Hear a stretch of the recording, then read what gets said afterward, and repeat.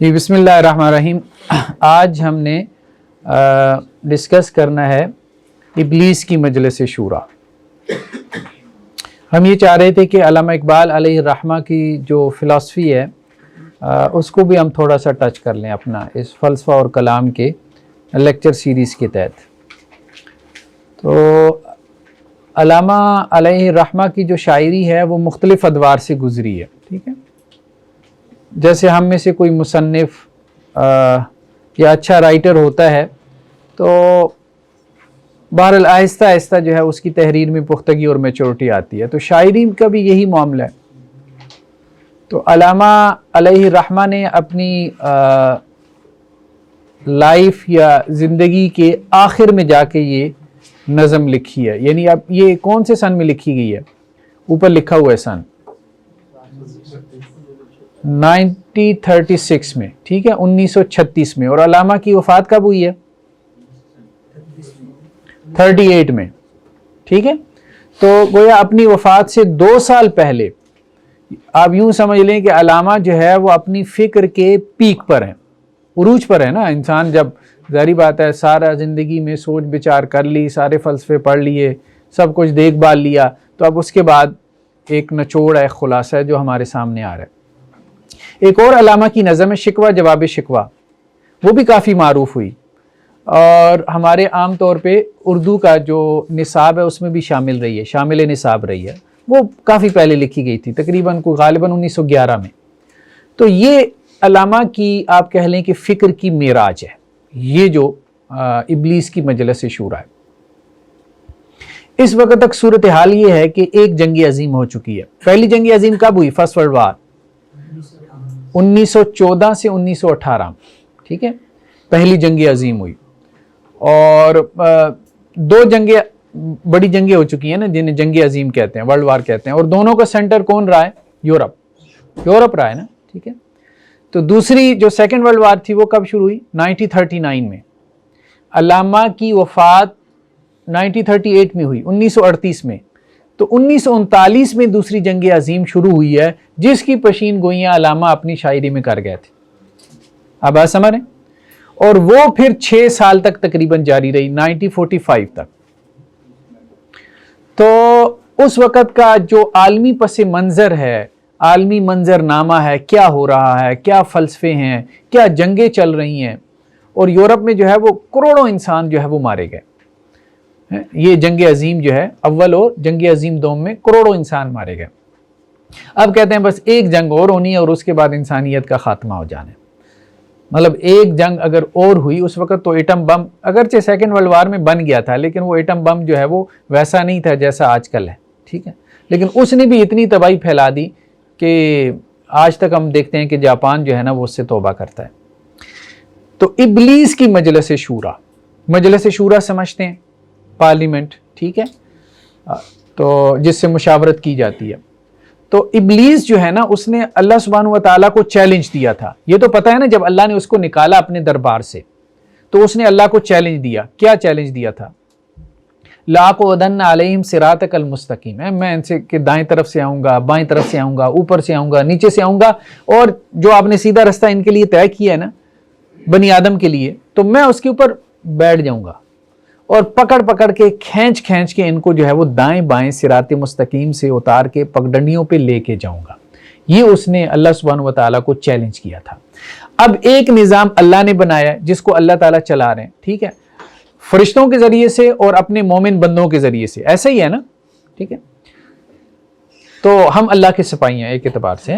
حزب اللہ، اللہ نے کہا ہے نا اللہ کی جماعت. ٹھیک ہے، تو جو بندہ مومن ہے وہ اللہ کی جماعت کا سپاہی ہے. اور دوسرا ابلیسی نظام ہے جو اللہ کے مقابلے میں کھڑا ہے، اللہ کے پیرالل شیطانی نظام ہے. ٹھیک ہے، تو اس نے اپنی مجلس شورا لگائی ہوئی ہے. آپ بات سمجھ رہے ہیں؟ اللہ کے مقابلے میں اللہ سبحانہ و تعالیٰ کیا چاہتے ہیں کہ بنو آدم جو ہے، آدم کی جو اولاد ہے وہ کامیاب ہو کے جنت میں چلی جائے، ابلیس اور شیطان کے پیچھے نہ لگے. اور ابلیس اور شیطان کیا چاہتا ہے کہ یہ میرے ساتھ جہنم میں جائے. یہی اس نے کہا تھا نا کہ ان سب کو میں جو ہے وہ اپنے ساتھ جہنم کا ایندھن بنانا چاہتا ہوں. تو اب وہ ظاہری بات ہے اپنی مجلس شورا لگاتا ہے، مشاورتیں کرتا ہے. ٹھیک ہے، اللہ کے رسول صلی اللہ علیہ وسلم کی حدیث آپ کے ذہن میں آ رہی ہوگی مسند احمد کی کہ یہ ابلیس کیا کرتا ہے؟ سمندر کے اوپر تخت بچھاتا ہے اور اپنے چیلے چانٹے جو اس نے بھیجے ہوتے ہیں چھوٹے چھوٹے گروپس کی صورت میں دنیا میں شر پھیلانے کے لیے، تو جب وہ واپس آ کے اس کو رپورٹ کرتے ہیں تو وہ کیا کرتا ہے؟ ان کو خوش آمدید کہتا ہے نا، اور ان سے پوچھتا ہے بھائی کیا کر کے آئے؟ کو کہتا ہے یار میں نے فلاں میں جھگڑا کروا دیا، اس نے اس کو قتل کر دیا ہے، تو وہ اس کو شاباشی دیتا ہے۔ یہاں تک کہ ایک آ کے کہتا ہے کہ جی میں نے میاں بیوی میں پھوٹ ڈلوا دی، اور یہاں تک کہ میں نے ان میں سیپریشن اور جدائی کروا دی، طلاق دلوا دی، ٹھیک ہے؟ تو وہ اس کو اٹھ کے گلے لگاتا ہے، ہاں تو اصل میں وہ کام کر رہا ہے جو میرا کام ہے۔ تو وہ روزانہ کی بنیاد پہ رپورٹ لے رہا ہے، وہ بیٹھا ہوا نہیں ہے، ٹھیک ہے؟ وہ جو قرآن کہتا ہے نا کہ ان الشیطان لکم عدو فاتخذوہ عدوا، دیکھو شیطان تمہارا دشمن ہے، اسے دشمن بنا لو، یعنی تم بھی اب بنا لو نا، اس نے تمہیں بنایا ہوا ہے، ٹھیک ہے؟ یہ ایسی ہے نا جیسے کوئی ہمارا دشمن گھات لگا کے بیٹھا ہو، اور تو ہم محتاط ہوں گے نا گھر سے نکلتے ہوئے کہ یار میرے اوپر فائرنگ نہ ہو جائے، ٹھیک ہے؟ اگر صاحب حیثیت ہوا تو 2-4 باڈی گارڈ آگے پیچھے رکھ لے گا، یا ویپن اپنے ساتھ رکھے گا، یا بڑا محتاط ہو کہ ایسے رستوں پہ نہیں جانا، ٹھیک؟ تو جب انسان جو ہے وہ شیطان کو دشمن سمجھ لے گا تو پھر وہ شر کے رستوں کے قریب سے بھی گزرتے ہوئے کیا ہوگا؟ وہ اپنے دل میں کھٹکا محسوس کرے گا، محتاط ہوگا کہ یار یہ کہیں مجھے اچک نہ لے، صراط مستقیم سے نہ ہٹا دے۔ تو اللہ تعالیٰ کہتے ہیں کہ ہر وقت ذہن میں مستحضر رکھو کہ وہ ابلیس جو ہے وہ اپنی مجلس شورا جو ہے وہ لگا کے بیٹھا ہوا ہے اپنے چیلے چانٹوں کے ساتھ، اور اس عمل میں لگا ہوا ہے کہ تمہیں بھی اپنے ساتھ جہنم میں لے جائے۔ اب سب سے پہلے جو ہے وہ ابلیس مخاطب ہوتا ہے، کچھ اس کے مشیران ہیں، مشیر بھی جو ہے وہ درمیان میں اپنی ان پٹ دے رہے ہیں۔ آپ میں سے کتنے لوگوں نے پہلے یہ نظم پڑھی ہے؟ اچھا ایک دو نے پڑھی ہے، چلیں ٹھیک ہے۔ ابلیس کیا بات شروع کرتا ہے، بات کا آغاز کر رہا ہے، یہ عناصر کا پرانا کھیل یہ دنیائے دوں، عناصر کا پرانا کھیل، عناصر کا پرانا کھیل یعنی یونانی فلسفے میں کیا تھا کہ دنیا 4 چیزوں سے مل کے بنی ہے، مٹی، ہوا، آگ اور پانی۔ تو دنیا کی بات کر رہا ہے، دنیا کیا ہے؟ عناصر کا پرانا کھیل، یعنی ازل سے بس یہ مادہ چلا آ رہا ہے، مادیت پرستی۔ کیونکہ ابلیس کس کے اوپر کھڑا ہے؟ میٹیریلزم پہ۔ وہ تو کہتا ہے بس یہی مادیت پرستی ہے، روحانیت، روح، اخلاقیات، ایمانیات، دین، مذہب، اس کی طرف وہ نہیں جاتا۔ تو اس نے دنیا کو کیا کہا ہے، دنیا کا تعارف کیسے کیا ہے؟ یہ عناصر کا پرانا کھیل یہ دنیائے دوں، سب آگ، مٹی، پانی، ہوا کے پیچھے لگے ہوئی ہیں، یعنی مادے کے پیچھے لگے ہوئے ہیں، ٹھیک ہے؟ یہ دنیائے دوں، گھٹیا دنیا، گھٹیا مطلب خود بھی کہہ رہا ہے گھٹیا ذلیل دنیا ہے۔ ساکنان عرش اعظم کی تمناؤں کا خون۔ ساکنان عرش اعظم کون ہے؟ عرش اعظم پہ جو ساکن مطلب اس کے جو رہنے والے ہیں، کون ہیں وہ؟ فرشتے۔ ساکنان عرش اعظم کی تمناؤں کا خون، ان کی تمناؤں کا خون ہوا ہے تو پھر یہ دنیا وجود میں آئی ہے۔ کیا بات سمجھ میں آئی؟ وہ جو عرش پہ موجود ہیں فرشتے، ان کی خواہشات کا خون ہوا ہے، پھر یہ دنیا وجود میں آئی ہے، اس طرف اشارہ کیا ہے۔ وہ جو فرشتوں نے کہا تھا کہ اللہ سبحانہ و تعالیٰ آپ زمین میں خلیفہ بنانے لگے ہیں تو ہم آپ کی تسبیح و تقدیس کرتے ہیں، ٹھیک ہے؟ اس میں مفسرین کیا کہتے ہیں کہ فرشتوں کی خواہش تھی کہ اللہ تعالیٰ ہمیں خلافت ارضی دے دیں، ٹھیک ہے، یا اللہ تعالیٰ ہمیں جو ہے وہ خلیفہ بنا دیں، لیکن اللہ تعالیٰ نے کہا کہ ہم نے بنو آدم کو خلافت دینی ہے، ٹھیک ہے، آدم اور اس کی آنے والی نسل کو ہم نے خلافت دینی ہے۔ تو گویا ان کی تمناؤں کا خون ہوا ہے تو یہ دنیا میں یہ سارا سلسلہ جو ہے وہ آدم اور حوا سے چلا ہے، ٹھیک ہے۔ اس کی بربادی پہ آج آمادہ ہے وہ کارساز۔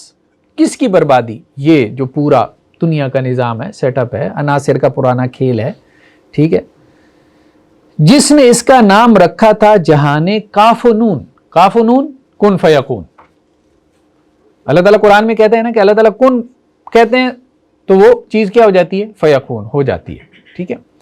تو اللہ تعالیٰ نے اس جہان کاف و نون جس کو اللہ نے کن فیکون کی قدرت سے پیدا کیا تھا، آج لگتا ہے کہ وہی خالق یہ چاہ رہا ہے کہ یہ دنیا بس اس کی بساط کیا کرے؟ سمیٹ دے۔ مطلب دوسری جنگ عظیم کے حالات بن رہے تھے، فرسٹ ورلڈ وار میں کروڑوں مارے گئے، اب دوسری ہو گئی، تو علامہ کو یہی نظر آ رہا تھا کہ اللہ سبحانہ و تعالیٰ جو ہے جنہوں نے اس دنیا کو تخلیق کیا ہے تو اب وہ یہ چاہ رہے ہیں کہ اس دنیا کی بساط لپیٹ دیں، ٹھیک ہے۔ یوم آخرت کا بھی کانسیپٹ ہے نا, اللہ نے بساط تو لپیٹنی ہے نا دنیا کی, ٹھیک ہے, لیکن اس کے وقت کا ہمارے علم میں نہیں ہے. تو گویا ابلیس یہ تبصرہ کر رہا ہے کہ اس کی بربادی پہ آج آمادہ ہے وہ کارساز, یعنی خود خدا جس نے اس دنیا کو پیدا کیا ہے, لگتا ہے کہ وہ اس دنیا کو اب برباد کرنے پہ تلا ہوا ہے. مطلب اللہ تعالیٰ کیا کرتے تھے, پچھلی قومیں جب ایمان نہیں لاتی تھی, ٹھیک ہے, رسولوں پہ ایمان نہیں لاتی تھی, تو اللہ تعالیٰ کیا کرتے تھے, صفحہ ہستی سے مٹا دیتے تھے نا. قوموں پہ عذاب اسی طرح سے آتا تھا نا. تو وہ اس طرف اشارہ ہے. میں نے دکھلایا فرنگی کو ملوکیت کا خواب, ٹھیک ہے, فرنگی کون ہے, انگریز. یہ کون کہہ رہا ہے, ابلیس. میں نے فرنگی کو ملوکیت کا خواب دکھایا, ٹھیک ہے. یورپ کے اندر بھی بادشاہت رائج رہی ہے نا, یعنی سیاسی نظام کے اوپر تبصرہ کر رہے ہیں. ہمارے ہاں بھی پہلے کون سا نظام تھا جسے ہم ملوکیت کہتے ہیں نا, بادشاہی کا نظام تھا, ٹھیک ہے, منارکی. تو میں نے دکھلایا فرنگی کو ملوکیت کا خواب, میں نے توڑا مسجد و دیرو کلیسا کا فسوں. مسجد مسلمانوں کی عبادت گاہ, دیر نصارہ کی عبادت گاہ, اور کلیسا بھی ایک طرح سے نصارہ کی عبادت گاہ, ٹھیک ہے. دیر جو ہے وہ کچھ اور مذاہب کی عبادت گاہ کے لیے بھی بولا جاتا ہے, جیسے مجوسیوں کی عبادت گاہ کے لیے بھی کہہ سکتے ہیں, ٹھیک ہے. تو میں نے توڑا مسجد و دیرو کلیسا کا فسوں, یعنی مسجد ہو گئی, دیر ہو گیا, کلیسا ہو گیا, کرسچینٹی ہے, اسلام ہے, یا اور مذاہب ہیں, ٹھیک ہے, جیسے زرتش تھے, مجوسی تھے, آتش پرست تھے, ٹھیک ہے. جب اسلام آیا تو اس وقت دو بڑے مذاہب تھے نا, ایک طرف ایران کے لوگ تھے جو کہ مجوسی تھے, ٹھیک ہے, ان کے ہاں دیر ہوتے تھے, دوسری طرف کرسچینٹی تھی, ان کے ہاں کیا تھا, کلیسا تھا, ٹھیک ہے. تو مسجد بھی اور آپ کہہ لیں دیر بھی, کلیسا بھی, سب کا جو جادو تھا میں نے کیا کیا, ختم کر دیا. کیسے ختم کیا, کیا کہہ رہا ہے ابلیس, کیا کہہ رہا ہے, تینوں کا, تینوں مذاہب کا میں نے کیسے توڑ کیا, ملوکیت کے ذریعے سے. میں نے ملوکیت کے خواب دکھائے, ٹھیک ہے, سب کو ملوکیت کے خواب دکھائے. مسلمانوں میں بھی ملوکیت عام ہو گئی, ادھر جو ہے وہ کرسچینٹی میں بھی بادشاہ ہوتے تھے, مطلب ان کے آپ دیکھیں, ٹھیک ہے, اور ہر جگہ بادشاہت رائج تھی. ایران میں بھی تو بادشاہت تھی نا, یہ تو بعد میں انقلاب آیا نا, اب بات سمجھ رہے ہیں. چین کے اندر بھی بادشاہت تھی, ایون کہ 1912 تک. پوری دنیا میں جو پرانا نظام چلا رہا تھا وہ بادشاہوں کا تھا, ٹھیک ہے. اور بادشاہ عادل ہوتا تو ٹھیک ہے, اچھا ہوتا تھا, لیکن عام طور پہ ایسا نہیں ہوتا تھا کہ وہ عادل ہوتا, ٹھیک. تو میں نے دکھلایا فرنگی کو ملوکیت کا خواب, میں نے توڑا مسجد و دیرو کلیسا کا فسوں, میں نے ناداروں کو سکھلایا سبق تقدیر کا, میں نے منعم کو دیا سرمایہ داری کا جنوں. نادار, نادار کون ہے, غریب ہے. غریبوں کو ابلیس کہتا ہے میں نے تقدیر کا سبق پڑھایا, اور الٹا سبق میں نے پڑھایا تقدیر کا. ایک تو تقدیر کا سبق وہ ہے نا جو ہمارے دین نے پڑھایا, اور ایک ابلیس کہہ رہا ہے کہ میں نے بھی انہیں تقدیر کا ایک سبق پڑھایا ہے, جسے یہ دین کا سبق سمجھ کے اپنے گلے میں ڈال کے بیٹھے ہیں. اور وہ کیا ہے, ظلم ہوتا رہے خاموش بیٹھے رہو. کیا ہے, تقدیر میں لکھا ہے, ٹھیک ہے. مظلوموں کو, ناداروں کو, غریبوں کو میں نے یہ سبق پڑھایا, بادشاہ ظلم کر رہا ہے, چپ کر کے بیٹھے رہو, ٹھیک ہے. کیوں, تقدیر میں اللہ نے لکھا ہے, صبر کرو آخرت میں جنت مل جائے گی. وہ کہتا ہے کہ یہ تقدیر کا سبق میں نے پڑھایا, یہ ان کے پروردگار نے نہیں پڑھایا. تو میں نے ناداروں کو سکھلایا سبق تقدیر کا, یعنی ظلم پہ خاموش رہنا, تقدیر سمجھ کے, اور اس کے خلاف آواز نہ اٹھانا, یہ سبق میرا پڑھایا ہوا ہے. میں نے منعم کو دیا سرمایہ داری کا جنوں. دو ہی طبقے ہیں نا, یا امیر ہے یا غریب ہے. غریبوں کو تو میں نے تقدیر پہ لگا دیا, راضی برضائے رب, بس یار اللہ کی رضا تھی. کوئی ظاہری بات ہے, جب ہر معاملے میں کہے گا اللہ کی رضا تھی تو کوئی تبدیلی کے لیے آگے بڑھے گا. جب وہ ہر جو قسم کے حالات ہیں ان کو اس نے اس طرح سے جسٹیفائی کیا, بھائی اللہ تعالیٰ کا نظام ہے, اللہ کی مرضی, تو پھر وہ کوئی عمل کرے گا ہی نہیں, آگے بڑھے گا ہی نہیں. غریب پہ ظلم ہو رہا ہے, یار اللہ کی مرضی, اللہ کی مرضی. وہ وہی معاملہ تھا نا کہ جیسے سورہ یاسین میں ایک جگہ پہ آتا ہے, ابھی آیت میرے ذہن میں نہیں آ رہی, کہ جب کافروں کو, مشرکوں کو کہا جاتا کہ غریبوں پہ خرچ کرو, تو وہ کیا کہتے تھے, اللہ نے انہیں غریب بنایا ہے. جب اللہ نے انہیں غریب رکھا ہے تو ہم کیوں ان کو, مطلب اللہ نے انہیں بھوکا رکھا ہے تو ہم کیوں ان پہ خرچ کریں, ٹھیک ہے. تو دوسرا جو ہے وہ امیر طبقہ ہے, منعم, انعام والے, انعام یافتہ, یعنی جن کے پاس نعمتوں کی, آسائشوں کی فراوانی ہے. میں نے منعم کو دیا سرمایہ داری کا جنوں, اور امیروں کو میں نے کہا کہ بس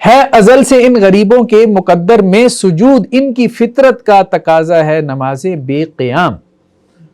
اب وہ پہلا مشیر کہہ رہا ہے بیچارے غریب ہیں، بس ان کی نماز جو ہے نا صرف سجدے والی ہے، جس میں سجدہ ہی سجدہ ہے، ٹھیک ہے، ان کی نماز میں قیام نہیں ہے، قیام نہیں ہے، ٹھیک ہے۔ کرسچینٹی ہو، مسلمان ہوں، یہودی ہوں، سارے ہوں، یہ کھڑے نہیں ہو سکتے، کھڑے نہیں ہو سکتے، یہ سجدے میں ہی پڑے۔ اب بات سمجھ رہے ہیں نا، ٹھیک ہے۔ نماز بے قیام، نماز بھی ان کی بغیر قیام کے، اب تو ٹھیک ہے۔ کھڑا ہونا مطلب ظلم کے خلاف کھڑا ہونا، اپنے حقوق کے لیے کھڑا ہونا، ٹھیک ہے۔ آرزو اول تو پیدا ہو نہیں سکتی کہیں، ہو کہیں پیدا تو مر جاتی ہے یا رہتی ہے خام۔ آرزو پیدا ہی نہیں ہو سکتی، یعنی کھڑے ہونے کی آرزو، خواہش کو بڑا کام کرنے کی خواہش، یار کچھ کرنا ہے، اول تو یہ خواہش ہی نہیں پیدا ہوتی۔ حالات ہی ایسے ہیں، حالات کا جبر ایسا ہے، یار کچھ بھی نہیں ہو سکتا، کچھ بھی نہیں ہو سکتا، بہت مشکل ہے۔ پہلے تو یہ ہے کہ آرزو ہی نہیں پیدا ہوتی، کچھ کرنے کا عزم، حوصلہ، ولولہ ہی نہیں ہے، بس ٹھیک ہے یار، چل سو چل بھائی، چلو چلتا رہے کو، ٹھیک ہے یار۔ اگر پیدا ہو جائے تو وہ بھی کیا ہو جاتی ہے، کچھ عرصے بعد مر جاتی ہے، خام ہو جاتی ہے، ٹھیک ہے۔ یہ ہماری سعی پہم کی کرامت ہے کہ آج، سعی پہم مسلسل کوشش، مسلسل جو ہے وہ ایفرٹ، سٹرگل، تو یہ وہ کہہ رہا ہے پہلا مشیر ابلیس کا، یہ ہماری سعی پہم کی کرامت ہے کہ آج مسلسل ہم نے جو شر کو پھیلانے کے لیے کوشش کی ہے اور خیر کو گرانے کے لیے، اس کا یہ نتیجہ ہے، اس کا یہ ریزلٹ ہے کیا؟ صوفی و ملا ملوکیت کے بندے ہیں تمام۔ دو ہی ڈومینز ہیں نا ہماری، یا تو صوفی ہیں جو لوگوں کی اصلاح پہ لگے ہیں، بزرگ ہیں، تصوف کی روایت ہے، ٹھیک ہے، خانقاہی نظام ہے، بڑی بڑی تحریکیں، اور لاکھوں میں مرید ہوتے ہیں نا ان کے، ایک ایک گدی کے ساتھ، ایک ایک مزار کے ساتھ کتنے لاکھوں میں، ٹھیک ہے۔ اور دوسری طرف کیا ہے، ملا ہیں، مولوی لوگ ہیں، ٹھیک ہے، ان کے بھی مرید آپ دیکھ لیں۔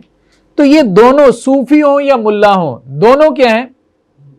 ملوکیت کے بندے، یعنی بادشاہوں کے دربار میں حاضر ہونے والے، جسے درباری مولوی کہتے ہیں، بادشاہوں کی ہاں میں ہاں ملانے والے، حکمرانوں کے آگے پیچھے چلنے والے، آج کل کی زبان میں کہیں کہ ایک سیٹ کی خاطر بک جانے والے، مطلب ایک آدھی سیٹ ہی چاہیے ہوتی ہے نا انہیں، اور اس کی خاطر دین، ایمان، اسلام، مذہب، مسلک، سب کچھ بیچ دیتے ہیں، سب کچھ بیچ دیتے ہیں، ہر چیز پہ کمپرومائز کر، دین کی خاطر کر لیں تو وہ ایک علیحدہ بات ہے، لیکن صاف نظر آ رہا ہوتا ہے بس سیٹ چاہیے، 2-4 سیٹوں کے لیے ہو رہا، ٹھیک ہے۔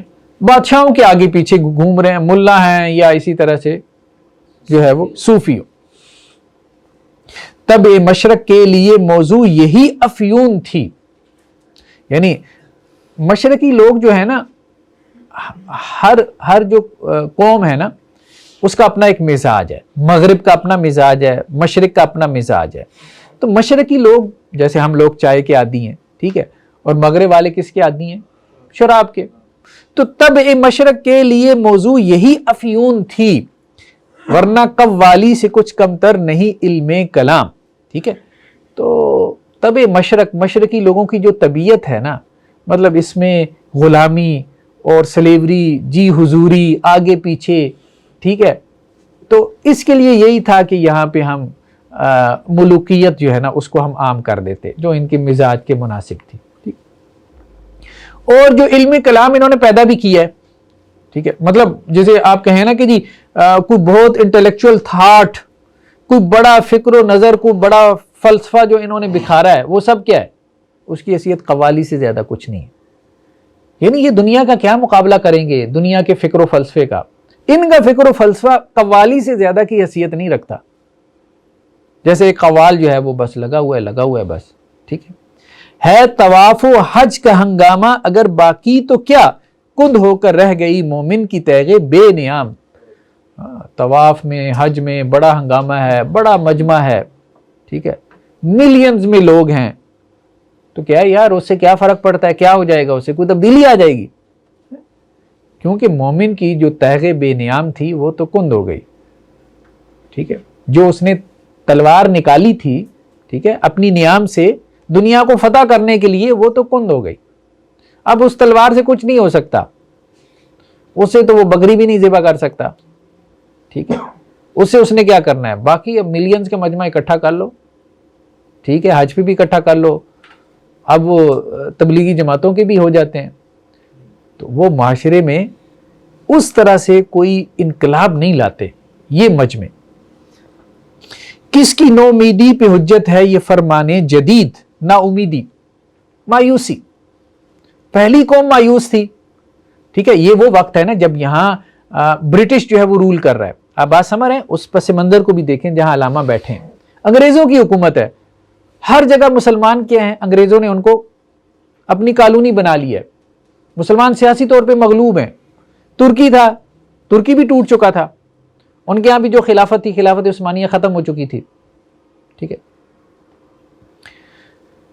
جہاد اس دور میں مرد مسلمان پر حرام، یعنی فرمان جدید.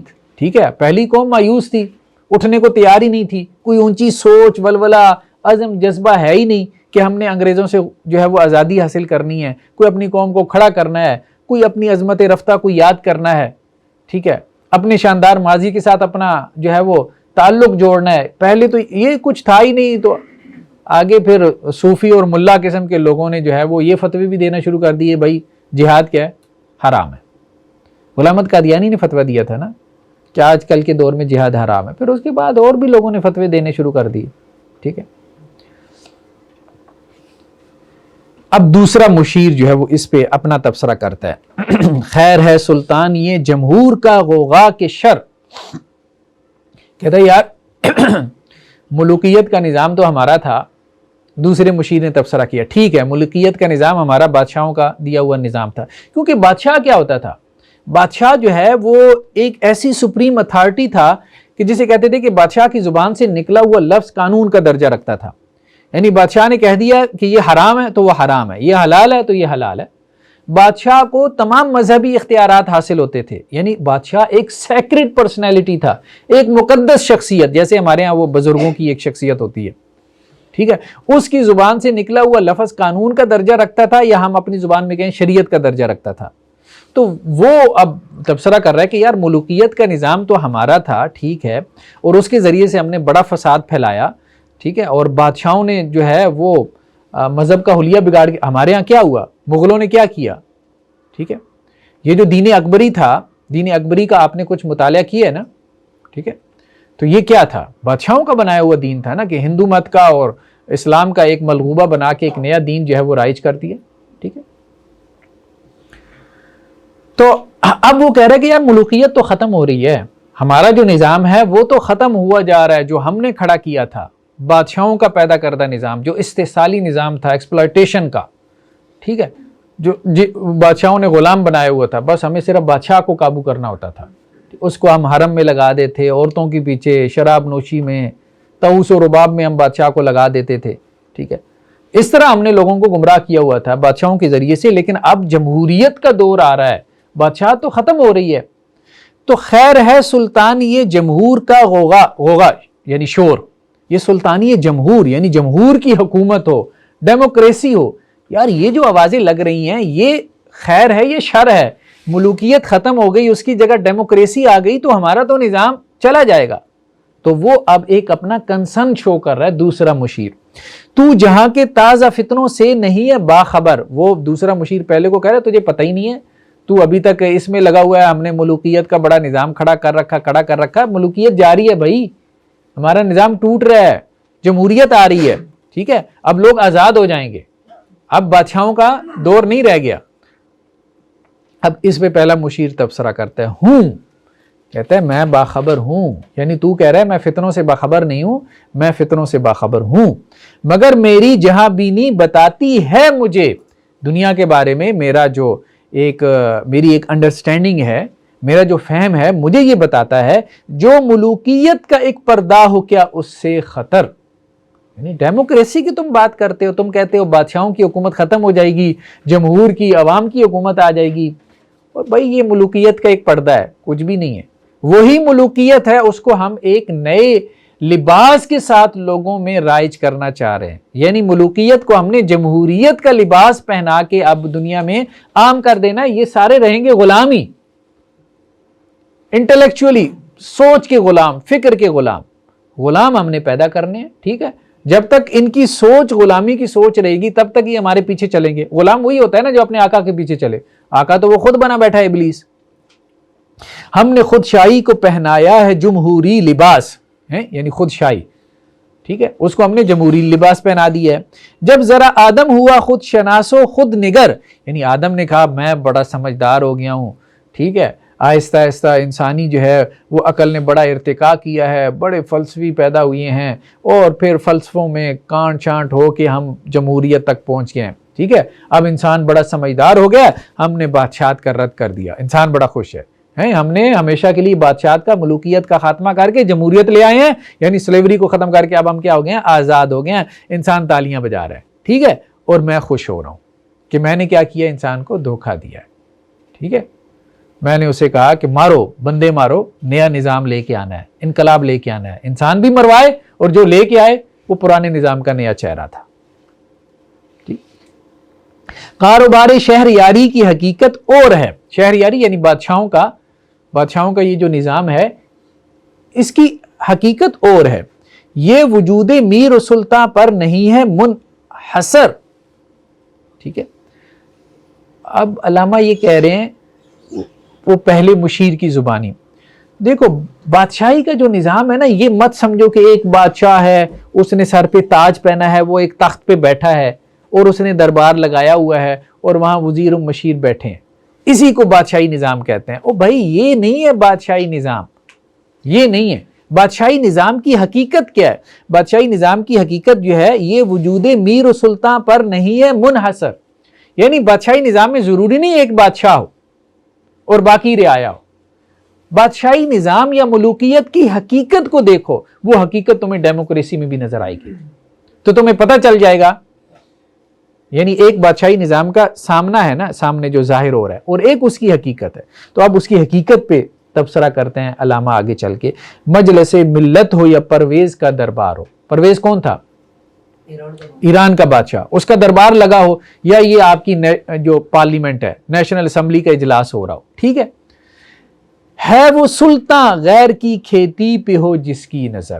بھائی بادشاہ اسے کہتے ہیں، کسے کہتے ہیں بادشاہ؟ جس کی دوسرے کی کھیتی پہ نظر ہو، ٹھیک ہے، وہ بادشاہ ہے جو دوسروں کا مال مار رہا ہے، جو کرپشن کر رہا ہے، جو قوم کا پیسہ کھا رہا ہے، ٹھیک ہے۔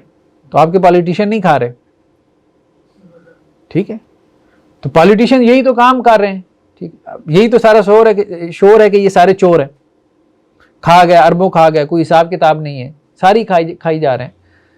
تو مجلس ملت ہو یا پرویز کا دربار ہو، بھائی بادشاہ دربار لگا لے یا وزیر اعظم جو ہے وہ نیشنل اسمبلی کا اجلاس بلوا لے، بات ایک ہی ہے۔ بات کیا ہے؟ انصاف نہیں ہے، جسٹس نہیں ہے، غریب کا پیسہ کھائی جا رہے ہیں، سارے ٹیکس کا پیسہ کھائی جا رہے ہیں، قوم کو لوٹی جا رہے ہیں۔ تو جب تک قوم کو لوٹنے والے ہیں تو اصل میں قوم کو لوٹنے والا یہ بادشاہ ہے۔ بادشاہت کا نظام کیا ہے؟ لوٹ مار کا نظام، لوٹ مار، لوٹ کھسوٹ۔ دیکھیں نا، اگر ایک بندہ تخت پہ بیٹھا ہوا ہے اور وہ عادل ہے، جیسے عادل بادشاہ، وہ ملوکیت نہیں ہے۔ علامہ یہ کہہ رہے ہیں وہ ملوکیت نہیں ہے جہاں جسٹس ہے، عدل ہے، غریب کو جو ہے وہ انصاف مل رہا ہے، ٹھیک ہے۔ بادشاہ کی نظر نہیں ہے اس کی جو ہے وہ کھیتی کے اوپر۔ حضرت عمر بن عبدالعزیز کو بھی تو وراثت میں ملی ہے نا، لیکن کوئی ان کو ملوک میں شمار کرتا ہے نہیں، ٹھیک ہے۔ تو حضرت حسن بھی تو حضرت علی رضی اللہ عنہ کے بعد بنے نا، تو کوئی ان کو ملوک میں شمار کرتا ہے نہیں۔ حضرت سلیمان علیہ السلام بھی تو حضرت داؤد کے بعد بنے، کوئی ان کو ملوک میں شمار کرتا ہے؟ تو بیسیکلی اس کی حقیقت کی طرف جاؤ، یہ مت دیکھو کہ ایک بندہ بیٹھا ہے۔ تو لوٹ مار کا نظام، جس نے لوٹ کھسوٹ کا نظام قائم کیا، اصل میں وہ بادشاہ ہے، اور وہ یہاں ڈیموکریسی میں جو ہے وہ بدرجہ اتم ہے۔ تو نے کیا دیکھا نہیں مغرب کا جمہوری نظام، چہرہ روشن اندرون چنگیز سے تاریک تر۔ مغرب کا جمہوری نظام کیا ہے؟ ڈیموکریسی کیا ہے؟ چہرہ بڑا روشن ہے، وہ جی عوام کی حکومت، عوام کے ذریعے عوام پر، ٹھیک ہے۔ گورنمنٹ آف دی پیپل، ہاں بائی دی پیپل. اندرون چنگیز سے تاریخ تر، چنگیز تقریباً 1203 میں یہ اٹھا تھا نا منگولیا سے، پوری دنیا کو اس نے فتح کیا، منگولیا کا خاقان بنا تھا. ٹھیک ہے، لاکھوں انسانوں کو تہ تہ کر دیا انہوں نے، لاکھوں انسانوں کو، کھوپڑیوں کو مینار کھڑے کر دیے. اسی کا پوتا تھا نا ہلاکو خان جس نے سلطنت عباسیہ کو ختم کیا. تو متمدن دنیا کو تاخت و تاراج کیا. مطلب بری مثال ہے نا چنگیز خان کی، ایک قتل و غارت کی. چنگیز خان کا جب بھی نام ذہن میں آتا ہے تو کیا چیز؟ قتل و غارت آپ کے ذہن میں آتی ہے. تو جمہوریت نے کیا کیا ہے؟ وہی کام کیا ہے جو بادشاہوں نے کیا ہے، قتل و غارت.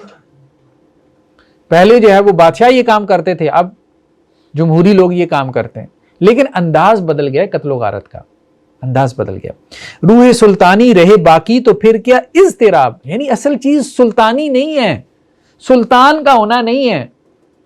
بھئی سعودی عرب میں جو ہے وہ آپ کہہ لیں کہ جی بادشاہ بیٹھا ہوا الملک، ٹائٹل کو چھوڑو. علامہ کہہ رہے ہیں ٹائٹل چھوڑو، الملک ہے، بادشاہ ہے، کنگ ہے، وہ چھوڑو اس کو.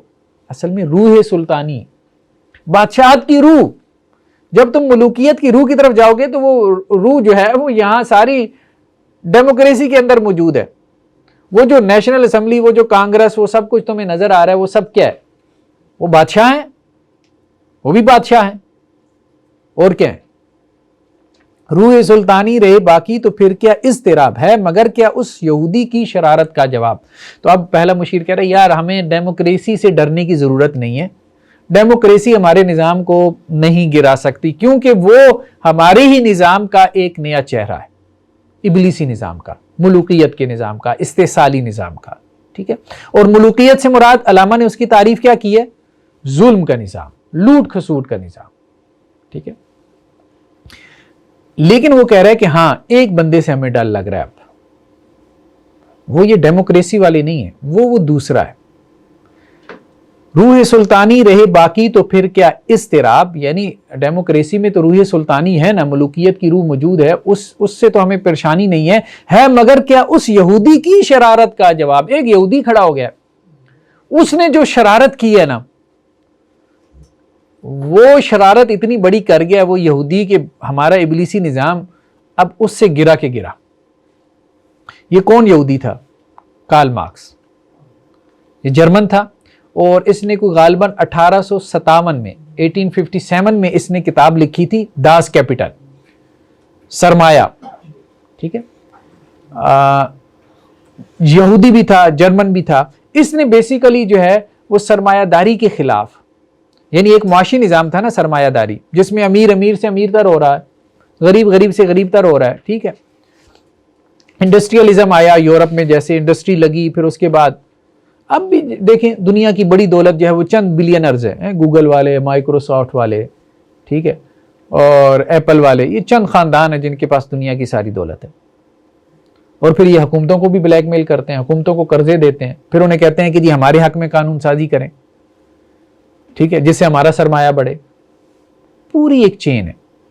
تو سرمایہ داری کے خلاف پھر یہ کارل مارکس کھڑا ہوا تھا. اس نے کہا تھا کہ یار یہ تو سارا کھا گئے ہیں، غریبوں کو نچوڑ لیا انہوں نے، سارا پیسہ امیر کے پاس جا رہا ہے. ٹھیک ہے، تو اس نے پھر کہا تھا کہ نہیں، غریب جو ہے، یہ ساری انڈسٹری جو ہے مثال کے طور پہ، جیسے بعد میں آ کے وہ چیزیں بہت ریفائن ہوئی، جیسے ساری انڈسٹری جو ہے نا یہ اسٹیٹ کی ملکیت ہونی چاہیے، اور اسٹیٹ کیا، لوگ کام کریں اور اس میں جو ہے وہ ایک لمیٹڈ حد تک لوگوں کی ملکیت ہو، اونرشپ ہو، اس کے علاوہ سب اسٹیٹ کی ملکیت ہو، اور اسٹیٹ ایکولی کیا کرے، لوگوں میں ڈسٹریبیوٹ کر دے، کوئی زیادہ فرق و تفاوت ہی نہ ہو. وہ کلیم بے تجلی، وہ مسیح بے صلیب، یعنی وہ کلیم ہے. کارل مارکس کیا ہے؟ کلیم ہے. حضرت موسیٰ علیہ السلام کا لقب تھا نا کلیم. وہ کلیم ایسا ہے جس کے پاس تجلی نہیں ہے. حضرت موسیٰ کے پاس تو تجلی تھی نا، ٹھیک ہے، دکھانے کے لیے اپنا دایاں ہاتھ بغل کے نیچے ڈالتے نکالتے تھے، روشن ہوتا تھا، معجزات تھے ان کے پاس. وہ مسیح بے صلیب، وہ ایسا مسیح ہے جو صلیب بھی نہیں چڑھا. نیست پیغمبر نہیں ہے، ولیکن در بغل دارت کتاب، لیکن اس کے بغل میں ایک کتاب ہے اور لوگ اس کی کتاب کو پیغمبروں کی لائی ہوئی کتاب سے بھی زیادہ فالو کرنے لگ گئے. کیوں؟ اس نے نعرہ لگایا تھا غریب. غریب بات ہے سر، غریب ہی دنیا میں تھے سارے، امیر تو تھے ہی چند ایک، سارے اس کے ساتھ ہو گئے. میں غریبوں کے حقوق کی جنگ لڑ رہا ہوں. اور اس میں وہ سنسیئر تھا، اس میں وہ مخلص تھا اپنی اس فلسفی میں. اس نے بڑی قسم پرسی کی زندگی گزاری، بڑی غربت کی زندگی اس نے دیکھی، بڑی غربت کی زندگی دیکھی. مطلب اس کے سامنے اس نے وہ جب اپنا جو ہے وہ فکر و فلسفہ پھیلا رہا تھا، ٹھیک ہے، بہت کمیٹڈ تھا اپنی فکر اور فلسفے کے ساتھ. تو اس کے پاس ایک مرتبہ اس کا بچہ بیمار ہو گیا. اس کے پاس آپشن تھی کہ یا تو میں پمفلٹ چھپوا کے بانٹ دوں جو میرے پاس پیسے ہیں، یا بچے کا علاج کروا لوں. اس نے پمفلٹ چھپوانے کو ترجیح دی، بچہ مر گیا. اخبار میں اس نے دفن کیا. کمیٹڈ. اب بھی سوشلسٹ کمیونسٹ بڑے کمیٹڈ ہوتے ہیں اپنے فکر کے ساتھ. اور یہ وہ لوگ نہیں ہیں جن کی زندگی میں بڑا ٹھاٹ باٹ یہ شان و شوکت نہیں. عام طور پہ ان کے لیڈرز آپ دیکھیں گے بالکل وہ جسے کہتے ہیں نا غربت اور افلاس کی زندگی گزاریں گے، یعنی کر کے دکھائیں گے. بھائی سب کا جو ہے لائف سٹائل سیم ہونا چاہیے. وہ پھر لوگ بڑے اٹریکٹ ہوتے ہیں اس چیز کی طرف. لیڈرشپ میں جب یہ چیز ہو کہ یار یہ تو ہماری طرح کی زندگی گزار رہا ہے، بھلے وہ کچھ بھی ہو، مجھے بتائیں لوگ اس کی طرف اٹریکٹ ہوں گے کہ نہیں ہوں گے؟ ہوں گے. ٹھیک ہے. کیا بتاؤں کیا ہے کافر کی نگاہ پردہ سوز. وہ کافر جو ہے تو کافر ہے، تو کافر مذہب کو نہیں مانتا تھا نا کارل مارکس. وہ تو کہتا تھا مذہب افیون ہے. ٹھیک ہے. مذہب کے خلاف بھی اس نے جنگ لڑی. وہ صرف غریبوں کے لیے لڑا تھا. وہ کہتا تھا کہ مذہبی لوگوں نے بھی غلام پیدا کیے ہیں. وہ یہ کہتا تھا مذہبی لوگوں نے بھی بادشاہوں کے غلام پیدا کیے ہیں، ہم نے مذہب کی طرف نہیں جانا کیونکہ مذہب اچھے غلام پیدا کرتا ہے. ہم نے تو کھڑا ہونا ہے، غریبوں کو ہم نے کھڑا کرنا ہے ان کے حقوق کے لیے. تو وہ اب اس پہ تبصرہ کر کہ کیا بتاؤں کیا ہے کافر کی نگاہ پردہ سوز، یعنی کافر کی کیا نگاہ ہے. اس نے وہ چیزیں جو چھپی ہوئی تھی پردوں میں، اس نے سارے پردے جلا کے ننگا کر کے رکھ دیا سارے افکار اور نظریات کو. اس کی کتاب کی وہ آپ کہہ لیں نا، یعنی اس کا اسلوب تحریر آگ لگا دی اس نے. یہ سارے کھا گئے تمہیں. مطلب آج کل کا کوئی لیڈر ذہن میں لے کے آئے کھا گئے بھائی، چور لے گئے تمہارا. ٹھیک ہے. اب عوام کھڑے ہو گئے، کھا گئے. بس یہ تو وہ نگاہ پردہ سوز. اس نے سارے پردے اٹھا کے رکھ دیے. اس نے کہا یہ بھی کھا گیا، وہ بھی کھا گیا. مشرق و مغرب کی قوموں کے لیے روزے حساب، یعنی اس نے تو قیامت لگا دی ہے. ایک قیامت وہ آنی ہے، اس نے تو یہاں قیامت برپا کر دی ہے. انہوں نے کہا سرمایہ دار بھی آ جائے لائن میں، آ کے حساب دے کتنا کھایا. ٹھیک ہے. بادشاہ بھی آئے کتنا کھایا، جمہور بھی آئیں، پولیٹیشینز بھی آئیں، سارے آئیں حساب دیں. اس نے تو قیامت لگا لی ہے یہاں دنیا میں. وہ تو اس میں تیار کھڑا ہے. وہ تو کہہ رہا ہے غریبوں کو کھڑو ہو، سب کو. وہ پھر انقلاب آئے ہیں تو پھر ایسے انقلاب بھی ہیں جس میں بادشاہوں کو، شہزادوں کو انہوں نے سڑکوں پہ گھسیٹا ہے. ٹھیک ہے. چن کے مارا. یہ صورتحال ہوئی. اس سے بڑھ کر اور کیا ہوگا. طبیعت کا فساد توڑ دی بندوں نے آقاؤں کی خیموں کی تناب. پرانے زمانے میں یہ ہوتا تھا نا، آقا ٹھیک ہے غلاموں کے ساتھ سفر کر رہا ہے مالک، اور خیمہ لگایا ہے. غلاموں نے بغاوت کر دی ہے، یعنی آقا کے خیمے کی تنابیں اکھاڑ کے پھینک دی ہیں. ٹھیک ہے.